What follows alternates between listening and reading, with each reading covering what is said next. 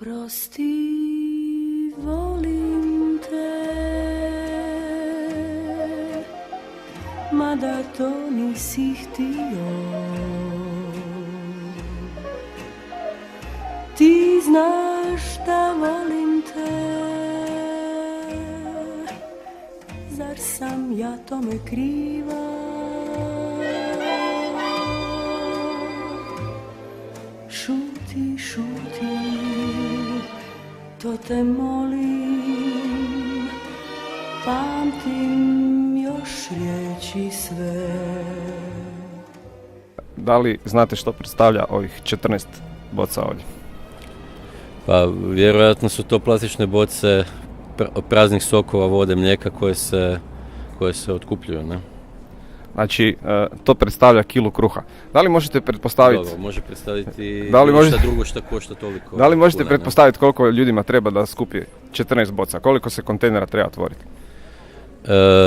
Ne, zbog toga što ja znam da ljudi teško žive i da to rade, ali jednostavno, evo, mislim, vjerojatno treba puno jer ljudi nakon što se sad otkupljuju te boce ne odlažu ih više u tolikom broju u kontejner, ne? Znači, ja osobno svoju ambalažu odlažem u veleprodajnim centrima, u ono gdje se tamo otpad otkuplja. Možete li nam reći koliko su obrtnici i poduzetnici ove godine dobili od države bespovratnih sredstava? Mogu. Znači, cijeli budžet mog ministarstva je negdje 700 milijuna kuna, od toga su bespovratna sredstva negdje 200 milijuna kuna, ostalo su subvencije kamata, ulaganje u fondove gospodarske suradnje i mnoge druge stvari koje smo radili. A kako komentirate da je vlada iz proračuna isplatila crkvi ove godine oko 1 milijardu kuna? Da li bi se možda moglo napraviti nešto da vi isplatite poduzetnicima 1 milijardu kuna, a crkvi samo 200 milijuna? Pa ja ću isplaćivati sljedeće godine više poduzetnicima i obrtnicima. Više od milijarde? Vjerojatno ćemo sljedeće godine ugovoriti više od 1 milijarde kuna, s obzirom da dobivamo sredstva iz Europske unije koja će iznositi otprilike do 200 milijuna eura godišnje. Tako da sljedeće godine ćemo imati ugovorenih sredstava i preko 1 milijarde kuna, a što se tiče crkve mislim da nije milijarda, mislim da se negdje kreće cifra nešto ispod 400 milijuna kuna koja je ugovorena. Samo za plaće vjeroučitelja ide preko 600 milijuna kuna, za udžbenike za vjeronauk vam ide preko 25 milijuna kuna, pa to bi trebali znati. Da, ali mislim da niste u pravu, da se crkvi direktno isplaćuje ispod 400 milijuna kuna, jer je to definirano ugovorom između Hrvatske i Svete stolice 90. godina. Koje vi ne kanite mijenjati? Znači, država ima određene ugovore, svako od nas ima mišljenje kako to treba definirati, ali ugovori se moraju poštovati. To smo potpisali 90-ih i ne možemo sad kao država reći, to više ne vrijedi. Ali se situacija ekonomska znatno promijenila od onda, a ugovorima lijepo stoji ukoliko dođe do takvih izmjena da su pregovori oko modifikacije tih ugovora mogući. Da li ćete to pokrenuti? Ono što ja mislim da crkva u Hrvatskoj, kao i svi ostali koji dobijaju novac iz proračuna, trebaju transparentno prikazati troškove tog novca. Znači, to je ono što smo inzistirali, na čemu inzistiramo, ali opet vam kažem, ono što se potpisalo između država, to se mora poštovati, jer smo država, ne možemo preko svojih obaveza i ugovora preći. Kada će biti ukinut obvezan komorski doprinos? Ja se nadam što prije. Znači, to je moj prijedlog. Moj prijedlog je 1.7.2014. da bi se dalo određeni period da se... Zašto ne jučer? Zato što to nije moguće. Morate usvojiti prvo zakon i onda mora biti neki minimalni period prilagodbe novom zakonu. Ne možete to preko noći napraviti jer jednostavno određeni dokumenti, statuti, pravila postoje.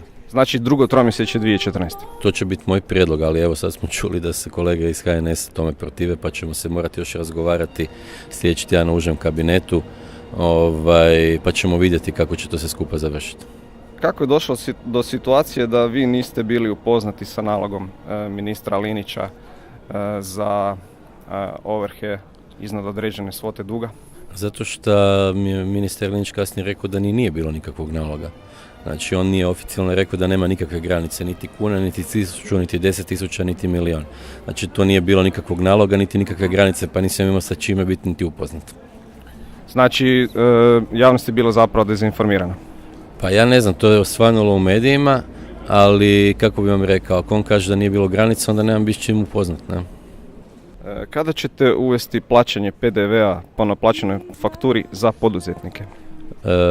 Za sve poduzetnike to neće biti moguće uvesti, ali opet kažem, predlažem da se to napravi za poduzetnike koji su mali, koji imaju najveće probleme za naplatu, jer kada imate dug od porezne 10, 20, 30 hiljada kuna, a promet od milijuna, onda vam je to za likvidnost jako velika poteškoća i moj prijedlog je prošle godine, odnosno kad se zakon o PDV-u mijenjao, odnosno ove godine, pardon, za obrtnike da ostane kako je bilo, znači po naplaćenoj fakturi, a ne izdanoj. Znači neće se 2015. to mijenjati? 2015. smo to prolongirali, trebalo je biti odmah, ali 2015. smo to prolongirali, ali mislim da treba izjednačiti i obrtnike i poduzetnike do određenog iznosa. Znači to je nešto, najmanji poduzetnici na tržištu imaju najveće problema sa likvidnosti i mislim da se za njih treba uvjetima na likvidnosti osigurati jedan status, ali to je sve vezano i uz deficit i uz državne financije, tako da tu odluku sam ne mogu donijeti, moramo to zajednički vidjeti. Ništa bez rasta?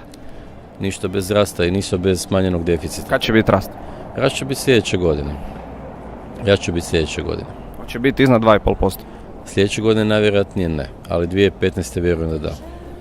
Da li možemo očekivati ukidanje suludih nameta i poreza tipa porez na ime tvrtke? Da li možemo očekivati takve poteze? Neke poreze ćemo ukidati, parafiskalne namete smanjiti, već smo vode, šume smanjili, primjerice šume za obrtnike, doprinos za šume za urara u Ilici nema nikakvog smisla da plaća, tako da smo te neke stvari već počeli smanjivati i dalje ćemo to nastaviti. Jedan od tih, ja bih rekao, parafiskalnih nameta su i komorski doprinosi i moj stav je da ljudi odluče sami da li žele tih 400 milijuna kuna godišnje gospodarske komore. Da bude na dobrovoljnoj bazi, ako ljudi prepoznaju. Da li će uložiti u sebe, u tvrtku, u zaposlene i tako dalje. Tako da sve to je jedna politika koja ide, ali opet ne možemo odjedanputa sve maknuti jer neki sustavi postoje, funkcioniraju.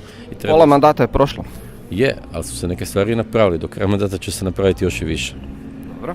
Dajte nam vas recite kada će obrtnici imati mogućnost otvaranja zaštićenog računa u banci?